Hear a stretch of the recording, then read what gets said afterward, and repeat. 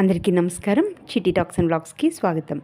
ఈరోజు మన వీడియోలో పవిత్ర పుణ్యక్షేత్రమైన శ్రీవారి పాదాలు యాత్ర గురించిన వివరాలైతే ఈ వీడియోలో చూద్దామండి. పద్మపురాణం ప్రకారం కలియుగ దైవం శ్రీ వెంకటేశ్వర స్వామివారు తొలిసారిగా పాదం మోపిన ప్రాంతమే శ్రీవారి పాదాలు. కలియుగ ఆరంభంలో సాక్షాత్ ఆ ఏడుకొండల స్వామివారు వైకుంఠం నుండి భూలోకానికి భక్తులను అనుగ్రహించడానికై సప్తగిరుల్లోని ఎత్తైన నారాయణగిరిపై మొట్టమొదటి పాదం శ్రీవారి పాదాల వద్ద మోపారట.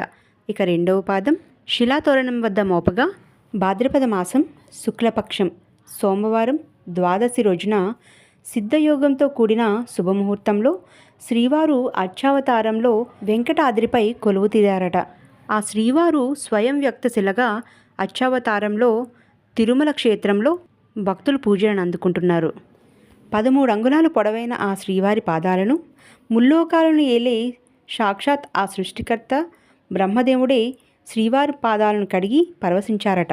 ఆషాఢమాసం శుద్ధ ద్వాదశి రోజున టీటీడీ వారి ఆధ్వర్యంలో ఛత్రస్థాపనోత్సవం వైభవంగా జరుగుతుంది.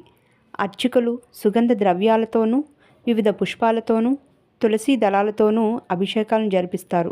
ధూప దీప నైవేద్యాలను సమర్పిస్తారు. ఆ తిరుమలేసుని ఆలయానికి 4 కిలోమీటర్ల దూరంలో ఉన్న నారాయణగిరిపై కొలువుదీరిన శ్రీవారి పాదాల మండపం నుండి చూడగా ఆనంద నిలయం కనిపిస్తుంది. ఆ శ్రీనివాసుని దర్శనం అనంతరం శ్రీవారి పాదాల వద్దకు వచ్చి ఆ ఏడుకొండల స్వామివారి దివ్య చరణాలను దర్శనం చేసుకుని భక్తులందరూ పునీతులవుతారు. శ్రీవారి పాదాలు పుణ్యక్షేత్రానికి చేరుకుందామనే భక్తులందరికీ కూడా ఆర్టీసీ బస్సులు మనకి సదుపాయం ఉంటుందండి. అలాగే ట్యాక్సీలు కూడా ఉంటాయి.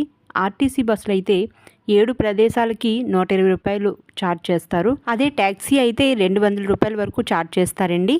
తిరుమల ఆ ఏడుకొండల స్వామివారి ఆలయం నుండి 4 కిలోమీటర్ల దూరంలో శ్రీవారి పాదాలు ఉంటాయి. అక్కడికి మనం చేరుకున్నట్టయితే శ్రీవారి పాదాలు, చక్రతీర్థం, శిలాతోరణం కూడా మనం దర్శనం చేసుకోవచ్చు. తప్పకుండా ఆ ఏడుకొండల స్వామివారి దివ్య చరణాలను దర్శనం చేసుకుని ఆ స్వామివారి ఆశీర్వాదానికి కృపకి పాత్రులవుదాం.